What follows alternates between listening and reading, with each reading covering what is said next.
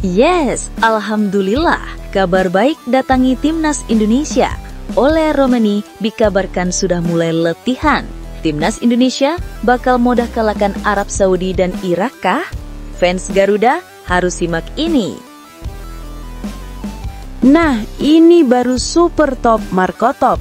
Tak mau dibandingkan dengan Shin Taeyong, Patrick Kluivert buktikan Timnas Indonesia bisa lolos Piala Dunia 2026. Kira-kira apa ya jaminan Patrick Kluivert? Yuk saksikan beritanya hingga selesai.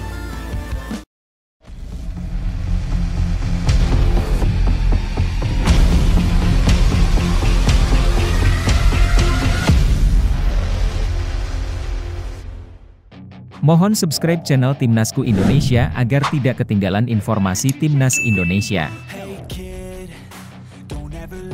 Oleh Romeni sudah mulai latihan. Timnas Indonesia bakal mudah kalahkan Arab Saudi dan Irak. Kabar terbaru soal Timnas Indonesia membawa harapan besar bagi pecinta sepak bola tanah air. Oleh Romeni, striker andalan yang sebelumnya mengalami cedera parah pada bulan Juli 2025, kini sudah kembali terlihat di lapangan latihan. Kehadiran sosok penyerang seperti Romeni jelas menjadi tambahan tenaga besar untuk Timnas Indonesia yang akan menghadapi babak keempat kualifikasi Piala Dunia 2026 zona Asia. Lawan-lawan yang menunggu memang tidak mudah, yakni Arab Saudi dan Irak. Namun, dengan kembalinya Romeni serta hadirnya Patrick Kluivert sebagai pelatih kepala, optimisme mulai tumbuh bahwa Garuda bisa meraih hasil maksimal. Bahkan, tidak sedikit yang meyakini kemenangan mudah bisa diraih. Cedera yang dialami Romeni beberapa waktu lalu sempat membuat banyak fans cemas. Ia mengalami patah tulang kaki kanan ketika membela Oxford United dalam laga pramusim melawan Liga Indonesia All-Star. Absen di FIFA Matchday bulan September tentu meninggalkan lubang besar di lini depan, terutama karena Romeni dikenal memiliki insting mencetak gol yang tajam. Namun kini, dengan progres pemulihan yang cepat, ia sudah kembali berlatih di Amsterdam, Belanda. Unggahannya di Instagram bahkan memperlihatkan ia kembali berlari dan menendang bola. Sebuah tanda bahwa dirinya sudah siap tampil lebih cepat dari perkiraan awal. Erick Thohir selaku Ketua Umum PSSI pun memberikan pernyataan bahwa kondisi Ole masih terus dipantau. Namun, ia juga mengungkapkan bahwa sang striker sudah mengirim pesan pribadi kepada Patrick Kluivert dengan isi bahwa dirinya siap memperkuat Garuda di kualifikasi Piala Dunia 2026. Pesan singkat itu bukan sekedar formalitas, melainkan bukti nyata ambisi seorang pemain muda berusia 25 tahun yang ingin mencetak sejarah bersama Timnas Indonesia. Dengan semangat besar seperti ini, jelas Romeni bakal menjadi figur kunci di lini depan. Patrick Kluivert, legenda Belanda yang kini menjadi pelatih kepala Timnas Indonesia, memiliki tugas besar dalam menata strategi. Pengalaman panjangnya sebagai striker papan atas Eropa diyakini bisa mengangkat level permainan Garuda. Fans pun merasa lebih tenang karena Kluivert adalah sosok pelatih yang paham bagaimana cara memaksimalkan potensi seorang penyerang. Kombinasi antara gaya main Romeni yang agresif dengan strategi Kluivert diyakini bisa membuat lini depan Indonesia sangat menakutkan. Laga melawan Arab Saudi dan Irak memang tidak bisa dianggap remeh. Dari segi ranking FIFA, kedua negara tersebut jelas lebih tinggi dari Indonesia. Namun sepak bola bukan sekedar angka di atas kertas.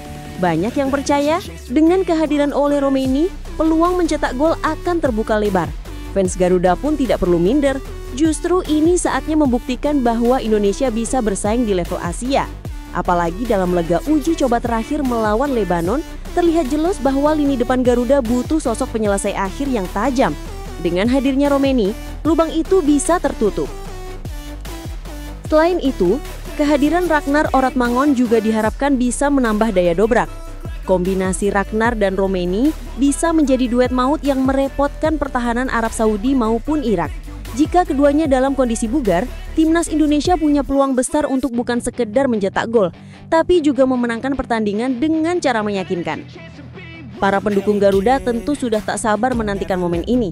Pertandingan yang akan digelar pada 8 hingga 11 Oktober 2025 nanti diprediksi menjadi ajang pembuktian apakah timnas Indonesia benar-benar sudah naik level. Dengan semangat juang pemain, kepemimpinan Patrick Kluivert dan kembalinya Ole Roemeny, optimisme makin membara. Kini, satu hal yang perlu dilakukan hanyalah menanti waktu. Fans di seluruh Indonesia diyakini akan memberikan dukungan penuh, baik langsung di stadion maupun lewat layar kaca. Bagi mereka, kemenangan melawan Arab Saudi dan Irak bukan lagi mimpi jauh. Dengan skuad terbaik dan striker andalan seperti Ole Roemeny, harapan itu berubah menjadi kenyataan yang bisa saja terjadi dalam waktu dekat. Apakah Garuda bisa benar-benar terbang tinggi di kualifikasi kali ini? Semua mata akan tertuju pada sosok Ole Roemeny dan strategi Patrick Kluivert. Jika keduanya berhasil menyatu dengan baik, bukan mustahil Indonesia akan menorehkan sejarah baru di panggung sepak bola Asia.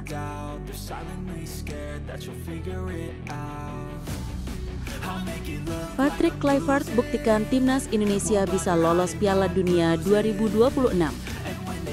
Patrick Kluivert kini tengah menjadi sosok yang banyak disorot di sepak bola Indonesia. Pelatih asal Belanda itu bukan hanya dipercaya membawa timnas Indonesia melangkah lebih jauh di kualifikasi Piala Dunia 2026, tetapi juga seakan ingin membuktikan bahwa dirinya adalah orang yang tepat untuk tetap memimpin skuad Garuda. Isu kepulangan Shin Tae-yong sempat mencuat seiring kabar Erick Thohir yang disebut-sebut tak lagi menjabat sebagai Ketua Umum PSSI dan beralih posisi menjadi Menteri Pemuda dan Olahraga. Namun, Kluivert terlihat sama sekali tidak goyah. Justru, ia tampil dengan penuh percaya diri dan menyatakan keyakinannya bahwa timnas Indonesia bisa meraih tiket menuju Piala Dunia 2026. Menjelang pertandingan penting melawan Arab Saudi dan Irak pada Oktober mendatang, Kluivert bicara belak-belakan mengenai dua keuntungan yang dimiliki timnas Indonesia. Pertama, Garuda sudah pernah menghadapi Arab Saudi di putaran ketiga dan sama sekali tidak terkalahkan. Kala itu, Indonesia menahan imbang 1-1 di laga tandang pada September 2024, lalu meraih kemenangan mengejutkan 2-0 di pertemuan November 2024. Catatan ini bukan sekedar angka, melainkan bukti bahwa skuad Garuda mampu menahan gempuran salah satu tim raksasa Asia. Bagi Kluivert, itu adalah modal berharga untuk menjaga mental para pemain agar tidak gentar menghadapi laga nanti. Meski begitu, Kluivert tetap mengingatkan agar pasukannya tidak lengah. Menurutnya, Arab Saudi adalah tim yang terus berkembang dari pertandingan ke pertandingan. Ia paham betul bahwa kemenangan di masa lalu tidak bisa dijadikan jaminan untuk kemenangan di masa depan. Karena itu, ia menekankan pentingnya konsistensi serta peningkatan performa dari laga ke laga. Inilah yang membuat gaya kepelatihan Kluivert begitu menarik, realistis namun tetap penuh motivasi untuk mengangkat mental anak asuhnya. Keuntungan kedua yang ia ungkap adalah soal jarak penerbangan. Sebagian besar pemain Indonesia yang berkarir di Eropa akan langsung terbang dari Belanda menuju Arab Saudi. Dengan durasi perjalanan hanya sekitar 6 jam, kondisi fisik pemain tentu lebih bugar ketimbang harus menempuh perjalanan 14-15 jam ke Jakarta atau Surabaya. Hal kecil seperti ini bisa memberikan dampak besar terhadap kesiapan pemain di laga penting, terutama ketika waktu pemusatan latihan begitu mepet. Di balik kepercayaan diri Kluivert, muncul isu besar yang tak kalah menarik. Kabar kembalinya Shin Tae-yong. Pelatih asal Korea Selatan itu masih memiliki tempat spesial di hati banyak fans Garuda karena kontribusinya dalam mengangkat level permainan timnas Indonesia. Namun, dengan segala persiapan matang dan hasil positif yang ditorehkan Kluivert sejauh ini, ia tampaknya ingin membuktikan bahwa dirinya tidak layak digantikan. Justru, Kluivert akan menjawab isu tersebut dengan prestasi nyata di lapangan. Sementara itu, kontroversi juga muncul terkait penunjukan wasit asal Kuwait Ahmad Al-Ali untuk memimpin laga melawan Arab Saudi. PSSI melalui Erick Thohir telah melayangkan surat protes ke FIFA karena menganggap keputusan itu bisa merugikan Indonesia. Idealnya, laga sebesar ini dipimpin oleh wasit dari luar kawasan Asia Barat untuk menjaga netralitas. Meski demikian, Kluivert tampaknya lebih fokus menyiapkan strategi daripada sibuk memperdebatkan hal tersebut. Baginya, apapun kondisinya, timnas Indonesia harus tetap siap tempur. Semua faktor ini membuat perjalanan Garuda menuju Piala Dunia 2026 semakin menarik untuk diikuti. Patrick Kluivert berada di persimpangan besar, membuktikan kualitasnya sekaligus menjawab isu pergantian kursi pelatih. Jika ia mampu membawa Indonesia melangkah ke Piala Dunia, maka posisinya akan semakin kokoh dan rasa rindu terhadap Shin Tae-yong perlahan akan mereda. Fans pun tentu menanti. Apakah Garuda benar-benar bisa terbang tinggi di bawah arahan Clifford? Dengan semua dinamika ini, pertanyaan besar muncul. Apakah timnas Indonesia akan menorehkan sejarah bersama Patrick Clifford? Atau isu soal kembalinya Shin Tae-yong akan kembali mencuat? Mari kita nantikan bersama dan jangan lupa tuliskan pendapat kalian di kolom komentar.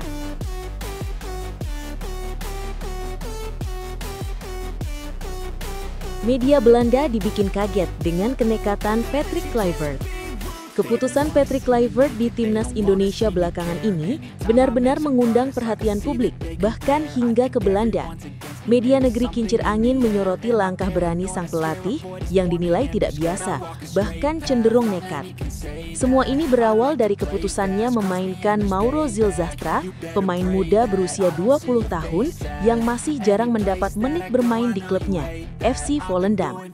Dengan status hanya sebagai pemain cadangan di level klub, wajar jika publik Eropa heran mengapa Kluivert begitu cepat mendorongnya masuk ke skuad senior timnas Indonesia. Noord-Hollands Dagblad, salah satu media Belanda, sampai menulis laporan khusus soal keputusan ini. Mereka menyebut debut Zylstra di timnas Indonesia sebagai sesuatu yang mengejutkan karena usianya yang masih muda dan minim pengalaman di level tertinggi. Mauro Zylstra, pemain cadangan berusia 20 tahun dari FC Volendam asal Zaandam, secara mengejutkan melakukan debutnya di timnas Indonesia, tulis media tersebut. Keputusan ini membuat peluang karir Zylstra bergeser jauh lebih cepat daripada yang dibayangkan sebelumnya. Bagi media Belanda, langkah Kluivert ini adalah bentuk kenekatan, tetapi di sisi lain menunjukkan keberaniannya mengambil resiko. Latar belakang pemanggilan Zylstra sebenarnya tidak terlepas dari kondisi timnas Indonesia yang tengah kehilangan sosok Ole Romeni akibat cedera. Romeni, yang biasanya menjadi ujung tombak Garuda, belum bisa turun di laga uji coba terakhir. Untuk menutupi kekosongan itu, Kluivert mencoba eksperimen dengan menurunkan Zylstra. Meski terlihat seperti perjudian besar, Kluivert tampaknya melihat potensi yang bisa digali dari pemain muda tersebut.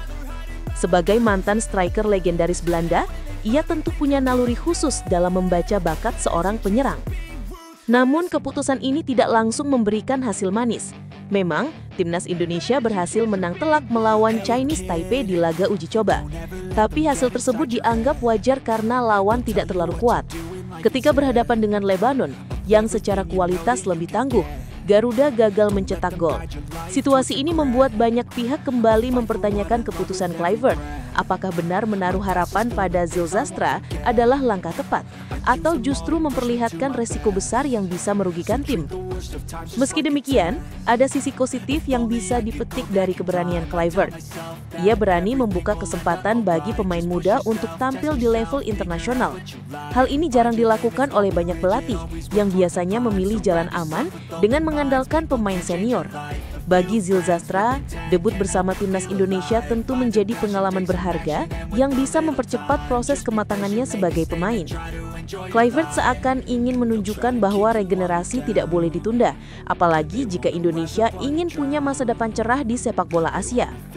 Di Belanda, langkah Kluivert dianggap beresiko tinggi, tapi di Indonesia banyak fans justru memandangnya sebagai angin segar. Eksperimen ini bisa membuka peluang lebih luas lagi bagi talenta muda lain yang memiliki darah Indonesia untuk berani bersaing di skuad Garuda. Pertanyaannya sekarang, apakah eksperimen ini bisa berjalan konsisten di laga-laga besar, terutama ketika Indonesia harus menghadapi Arab Saudi dan Irak di babak keempat kualifikasi Piala Dunia 2026? Satu hal yang pasti, Kluivert tengah berada di persimpangan penting.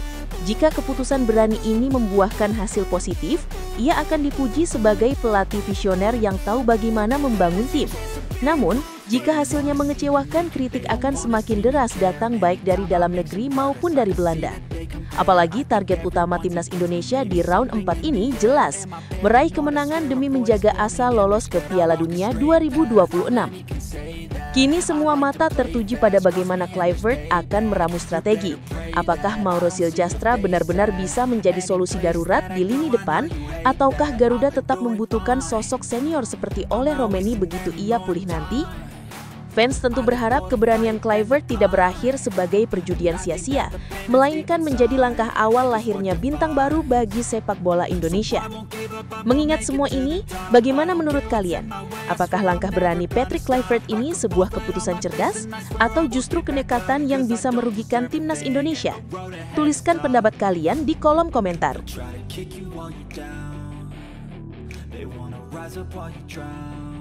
Asnawi Mangkualam bersinar, siap hadapi Arab Saudi dan Irak. Asnawi Mangkualam kembali menjadi buah bibir usai tampil gemilang bersama klubnya, Port FC, di Liga Thailand 2025-2026.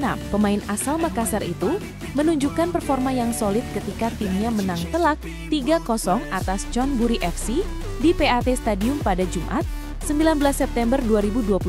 Dalam laga tersebut, Asnawi yang dimainkan sebagai bek kiri tampil penuh selama 90 menit dan benar-benar memperlihatkan kualitasnya, baik dalam bertahan maupun ketika membantu serangan. Penampilan Asnawi bukan sekadar biasa saja. Ia mencatatkan 2 kali clearance penting, 2 tackle bersih, serta aktif dalam duel fisik yang membuat lawan kerepotan. Bahkan, meski sempat melakukan 2 pelanggaran, hal itu dianggap bagian dari gaya mainnya yang agresif dan penuh determinasi. Tidak hanya bertahan, kontribusinya dalam membangun serangan juga terlihat jelas dengan catatan akurasi umpan yang mencapai 92,7%. Angka itu membuktikan bahwa Asnawi tidak hanya kuat dalam menjaga area pertahanan, tetapi juga piawai dalam distribusi bola ke lini depan. Keterlibatannya pada gol kedua Port FC yang dicetak Brian Perea pada menit ke-25 menjadi bukti lain bahwa Asnawi punya peran besar dalam permainan tim. Tak berhenti sampai di situ, ia juga sempat melepaskan 1 tembakan tepat sasaran yang hampir menambah keunggulan timnya. Wajar jika setelah pertandingan, Asnawi mendapat rating cukup tinggi, yakni 7,7. Sebuah penilaian yang menggambarkan konsistensi dan kontribusinya di lapangan. Dengan kemenangan ini, Port FC berhasil naik ke posisi keempat klasemen sementara Liga Thailand dengan 7 poin, hasil dari 2 kemenangan, 1 hasil imbang, dan 2 kekalahan. Performa Asnawi yang terus menanjak bersama klub tentu menjadi kabar baik bagi timnas Indonesia yang sebentar lagi akan menghadapi ujian berat di putaran keempat kualifikasi Piala Dunia 2026. Patrick Kluivert sebagai pelatih tentu bisa bernafas lebih lega melihat kondisi salah satu pemain andalannya tampil apik di level klub. Apalagi, timnas Indonesia bakal menghadapi 2 lawan tangguh, yakni Arab Saudi pada 9 Oktober 2025 dan Irak pada 12 Oktober 2025. Kedua pertandingan itu akan sangat menentukan nasib Garuda di grup B. Untuk bisa lolos langsung ke Piala Dunia, Indonesia harus meraih hasil maksimal. Kehadiran Asnawi dengan performa stabil jelas menjadi senjata penting di sektor pertahanan. Lebih dari sekedar bek sayap, Asnawi dikenal memiliki keberanian naik membantu serangan.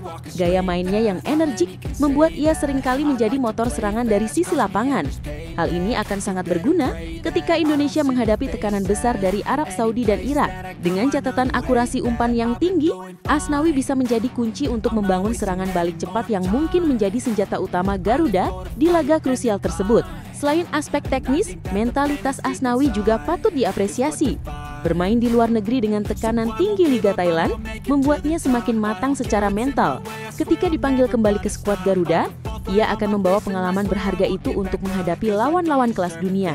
Tidak berlebihan jika publik menaruh harapan besar pada dirinya untuk menjaga ketat lini belakang, sekaligus membantu produktivitas lini serang. Kini, semua mata akan tertuju pada bagaimana Kluivert akan memanfaatkan peran Asnawi dalam strategi timnas Indonesia. Apakah ia akan lebih difokuskan menjaga pertahanan, atau justru diberi kebebasan untuk aktif naik membantu serangan? Yang jelas, performa stabil bersama Port FC telah membuktikan bahwa Asnawi siap tempur. Pertanyaan besar pun muncul. Apakah Asnawi mampu membawa energi positif dari klubnya ke timnas Indonesia?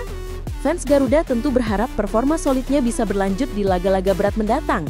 Dengan semangat juang tinggi dan kemampuan serba bisa, Asnawi diyakini siap menjadi salah satu kunci kesuksesan Indonesia menghadapi Arab Saudi dan Irak. Bagaimana menurut kalian? Apakah Asnawi Mangkualam bisa kembali jadi pahlawan di skuad Garuda? Jangan lupa tuliskan pendapat kalian di kolom komentar.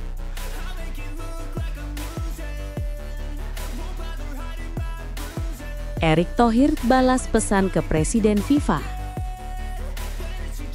Erick Thohir kembali menjadi sorotan setelah memberikan balasan atas ucapan selamat dari Presiden FIFA, Gianni Infantino. Balasan tersebut ternyata bukan sekedar formalitas atau pesan basa-basi diplomatis, melainkan sebuah penegasan penting mengenai arah masa depan olahraga, khususnya sepak bola Indonesia. Meski banyak yang berspekulasi bahwa balasan Erik kali ini akan berisi sinyal pengunduran dirinya dari kursi Ketua Umum PSSI, kenyataannya berbeda. Justru ada pesan yang lebih mendalam, yakni komitmen besar untuk membawa Indonesia tetap berada dalam jalur perkembangan sepak bola dunia bersama FIFA. Seperti diketahui, Erik baru saja resmi dilantik menjadi Menteri Pemuda dan Olahraga, Menpora, oleh Presiden Prabowo Subianto. Hal ini otomatis membuat dirinya merangkap jabatan karena hingga kini ia masih memegang amanah sebagai Ketua Umum PSSI dengan masa bakti sampai 2027. Posisi ganda ini sempat menimbulkan perdebatan di publik. Apakah Erik bisa fokus atau tidak? Namun FIFA tampaknya tidak mempermasalahkan hal tersebut. Gianni Infantino bahkan secara terbuka menyampaikan ucapan selamat dan keyakinannya bahwa Erik mampu membawa energi baru bagi olahraga Indonesia. Dalam ucapannya, Infantino menyebut Erik sudah melakukan pekerjaan luar biasa sebagai Ketua Umum PSSI. Dan dirinya percaya Erik akan membawa visi dan kepemimpinan yang sama ke kursi Menpora. Ucapan ini seolah menjadi restu, sekaligus dukungan penuh FIFA agar Indonesia terus melangkah lebih jauh dalam pembenahan olahraga, terutama sepak bola. Bagi banyak pihak, ucapan Gianni Infantino ini sekaligus menjawab keraguan publik. FIFA tidak melihat masalah dengan rangkap jabatan Erik. Balasan Erik pun langsung menarik perhatian. Ia tidak menyinggung sama sekali tentang pengunduran diri dari PSSI. Sebaliknya, ia menekankan bahwa sinergi antara FIFA dan Indonesia adalah hal yang jauh lebih penting.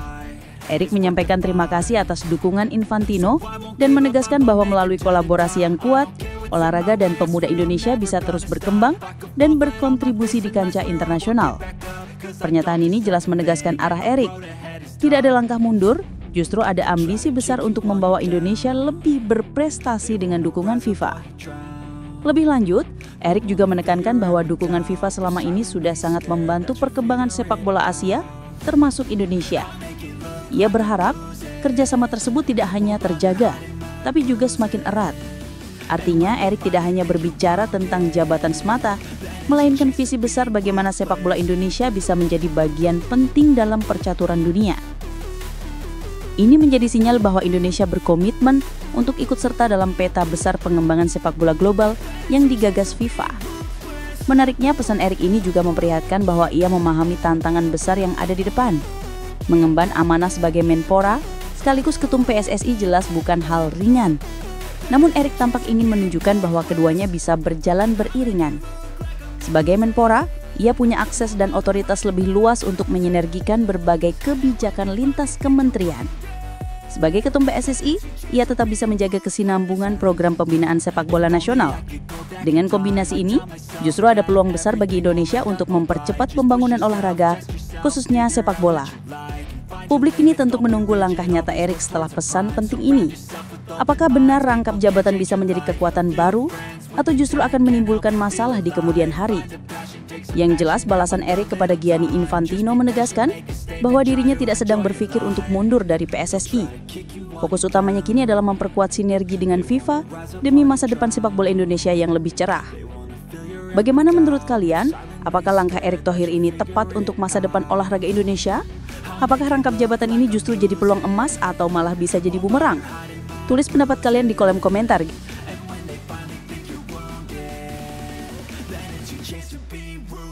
Erik Thohir ungkap pesan Prabowo usai menjabat Menpora. Usai resmi dilantik menjadi Menteri Pemuda dan Olahraga, Menpora, oleh Presiden Prabowo Subianto pada 17 September, Erik Thohir langsung mengungkapkan pesan khusus yang ia terima dari sang presiden. Dalam momen serah terima jabatan dengan Menpora sebelumnya, Dito Aryo Tejo, Erik menyampaikan bahwa amanah baru ini bukanlah hal yang ringan. Presiden Prabowo menegaskan bahwa tugas seorang Menpora adalah pekerjaan yang amat berat karena menyangkut masa depan generasi muda sekaligus kejayaan olahraga Indonesia di level dunia. Dalam pidatonya, Erik bahkan sempat mengulang kalimat yang disampaikan Presiden kepadanya. Bapak Presiden jelas menugaskan ke saya, di sini kerja amat berat.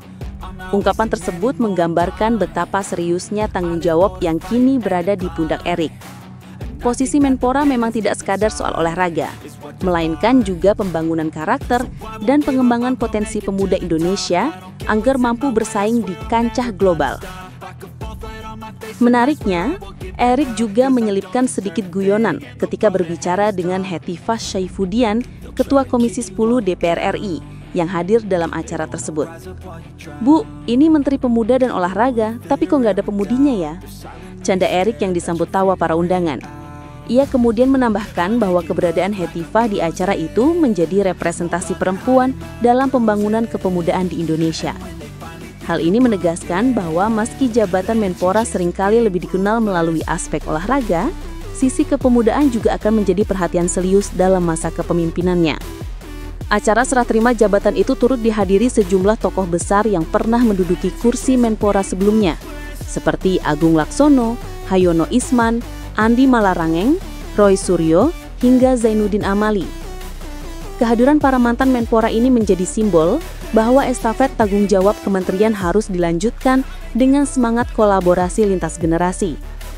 Selain itu, hadir pula pengurus dari berbagai cabang olahraga, organisasi kepemudaan, hingga perwakilan Komisi 10 DPR RI yang menunjukkan betapa besar perhatian publik terhadap masa depan kementerian ini. Lebih jauh, Erik mengungkapkan pesan penting lainnya dari Presiden Prabowo, yakni soal sinergi. Prabowo meminta agar program-program Kemenpora tidak berjalan sendiri, melainkan bisa bekerja sama dengan kementerian lain, seperti Kementerian Pendidikan Tinggi, Dikti, dan Kementerian Sosial, Mensos. Menurut Erik, hal ini penting karena keterbatasan anggaran harus diimbangi dengan efisiensi serta efektivitas program. Efisiensi, efektivitas harus kita lakukan, tegasnya. Dengan kata lain, Kemenpora di bawah kepemimpinan Erik dituntut mampu melakukan lompatan besar melalui kerjasama lintas sektor. Pelantikan Erik sebagai Menpora juga menandai berakhirnya masa jabatannya sebagai Menteri BUMN. Namun publik masih menyoroti satu jabatan lainnya yang ia emban, yaitu sebagai Ketua Umum PSSI. Erik menyebut dirinya sedang berkonsultasi dengan FIFA apakah akan tetap bertahan atau memilih mundur dari kursi tersebut. Keputusan ini tentu akan menjadi salah satu isu penting, mengingat sepak bola merupakan cabang olahraga yang paling menyedot perhatian masyarakat Indonesia. Pesan Presiden Prabowo kepada Erick Thohir ini jelas menggambarkan ekspektasi besar pemerintah terhadap kementerian yang membidangi pemuda dan olahraga. Bukan hanya prestasi di lapangan yang dikejar, melainkan juga pembangunan generasi muda yang mampu membawa Indonesia menjadi bangsa besar di masa depan. Erik pun dituntut untuk menjawab tantangan itu dengan kerja nyata, terukur, dan berdampak langsung pada masyarakat. Kini, bola ada di tangan Erik. Publik tentu menantikan langkah-langkah konkret yang akan ia ambil setelah menerima pesan khusus dari Presiden. Apakah ia mampu menjawab ekspektasi besar tersebut, atau justru terjebak dalam beban berat yang sudah diperingatkan Prabowo sejak awal? Bagaimana menurut kalian? Apakah Erick Thohir mampu menjadikan jabatan barunya sebagai Menpora sebagai momentum kebangkitan pemuda dan olahraga Indonesia? Silakan tuliskan pendapat kalian di kolom komentar.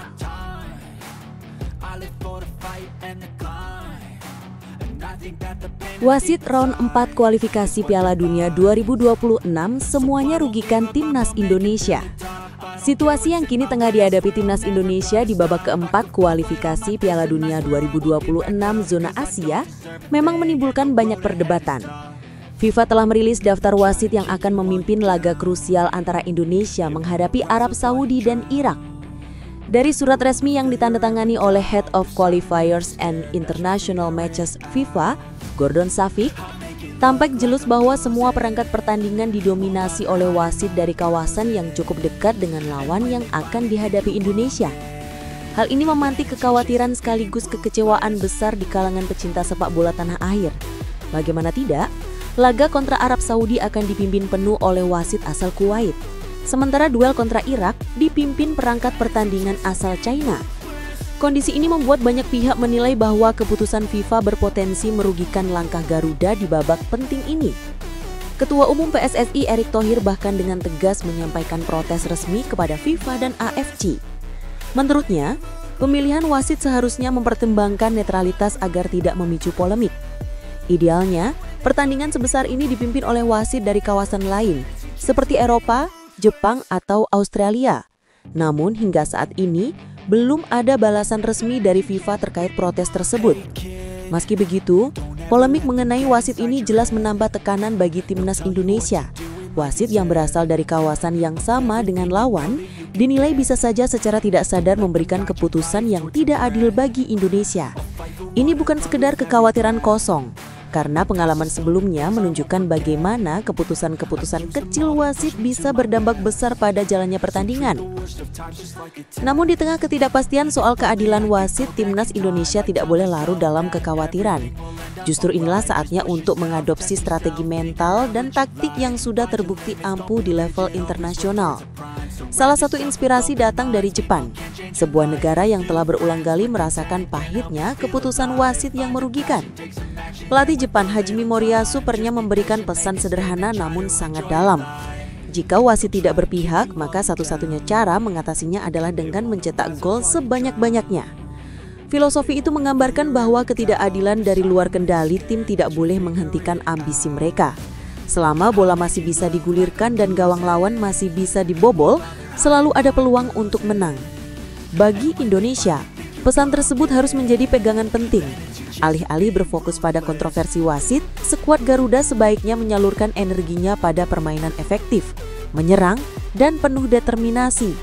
Mencetak gol sebanyak mungkin menjadi satu-satunya cara untuk menutup celah kemungkinan dicurangi.